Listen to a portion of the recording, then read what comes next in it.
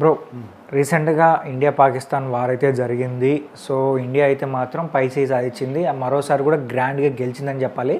దెబ్బకి పాకిస్తాన్ గవర్నమెంట్ కూడా దిగొచ్చి మాకు యుద్ధం వద్దురా బాబు అని చెప్పి వాళ్ళు బెగ్గింగ్ చేశారని చెప్పాలన్నమాట లిటరరీ. సో తర్వాత యూఎస్ఏ గవర్నమెంట్ వచ్చి మాట్లాడడం వల్ల అంత జరిగింది. బట్ ఇప్పుడు పవన్ కళ్యాణ్ గారు కూడా ఒక ట్వీట్ చేశారు ఏంటంటే, సో పాకిస్తాన్ ఆర్మీని గురించి మాట్లాడుతూ ఎలకలతో పోల్చారనమాట. సో చెప్పాలంటే అది పవన్ కళ్యాణ్ గారు ఏ పోస్ట్ పెట్టినా, ఆయన ఏ మాట మాట్లాడినా కూడా ఖచ్చితంగా అలా చాలా అర్థం ఉంటుంది. కానీ ఎవరు కూడా దాన్ని అర్థం చేసుకోకుండా ఆయన ఎక్కడో మాట్లాడతాడు, ఏమో మాట్లాడతాడు అనే విధంగా దాన్ని బయటికి ఆ విధంగా పోర్ట్రేట్ చేస్తారు. కానీ ఆయన మాట్లాడింది కరెక్టే, ఎక్కడో మాట్లాడడం కాదు. ఇప్పుడు రీసెంట్గా చూసాం అనుకో ఇంటర్వ్యూస్ ఎన్ని వాళ్ళు పాకిస్తాన్ గవర్నమెంట్ ఇచ్చినట్టు అన్ని ఫేక్. అంతే, వాళ్ళు ఎలాంటి అటాక్ చేయకపోయినా కూడా చేసినామని, నష్టం జరగకపోయినా జరిగిందని ఆయన కరెక్ట్ గానే మాట్లాడినారు. ఏంటంటే ఇప్పుడు ఎలకలు చూసుకున్నాం అనుకోండి, ఎక్కడ ఉంటాయి, రంధ్రాల్లోనూ దాంకో ఉంటాయి. ఏమీ లేనప్పుడు బయటకు వచ్చి ఇదంతా మా రాజ్యమే అన్నట్టు బిహేవ్ చేస్తాయి అనమాట. సో అట్లే ఉంది పాకిస్తాన్. యుద్ధం జరిగే సమయం అంతా వాళ్ళు దాంకొని సో యుద్ధం యుఎస్ఏ గవర్నమెంట్ వచ్చి యుద్ధం ఆపేసిన తర్వాత అప్పుడు బయటకు వచ్చి మేము అది చేసాం, మేము ఇది చేసాం, ఇదంతా మేము కొట్టాం అంటే అక్కడ కూడా క్లియర్ గా అనిపిస్తుంది. అక్కడ ఈ యుద్ధాన్ని ఆపేయమని బతిమలాడుకుంది కూడా మనతో డైరెక్ట్ గా మాట్లాడేంత ధైర్యం లేకుండా అక్కడ అమెరికాకి వెళ్ళి వాళ్ళతో మనతోని మాట్లాడించారు. సో ఇక్కడే అర్థం చేసుకోవచ్చు. సో ఇక్కడ ఇప్పుడు పవన్ కళ్యాణ్ గారు పెట్టిన ట్వీట్ ఏంటంటే, ఎలుకలన్నీ కూడా సముద్రం లాగా ఘోష చేసినప్పటికీ కూడా ఎలాంటి హాని జరగదు.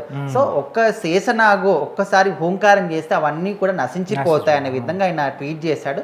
సో ఇక్కడ శేషనాగుని భారతదేశం సైన్యంతో పోలవడం జరిగింది. ఇక్కడ ఎలుకలు ఏవైతే ఉన్నాయో పాకిస్తాన్ పాకిస్తాన్తో పోలవడం జరిగింది. సో క్లియర్ కట్గా అది ఓన్లీ తెలుగు భాషలోనే కాకుండా తెలుగు, ఇంగ్లీష్, హిందీ, మలయాళం అన్ని భాషల్లో కూడా ఆయన ట్వీట్ చేయడం జరిగింది. సో దానికి సంబంధించి ఒక ఫోటో కూడా పెట్టాడు. అందులో S-400ని ఒక శేషనాగ్ లాగా చూపిస్తూ ఇక్కడ అమెరికా నుంచి వచ్చినటువంటి ఆ డ్రోన్లు కావచ్చు అవన్నీ కూడా ఎలకల్లాగా చూపించడం జరిగింది. సో దీన్ని చూసిన తర్వాత చాలా మంది కూడా దీన్ని అంటే మళ్ళీ రీషేర్ చేస్తూ దీని గురించి మాట్లాడడం కావచ్చు. ముఖ్యంగా రష్యా వాళ్ళు మనకి ఇచ్చినటువంటి S-400 అనేది ఖచ్చితంగా మనకు ఒక వరం లాంటిది.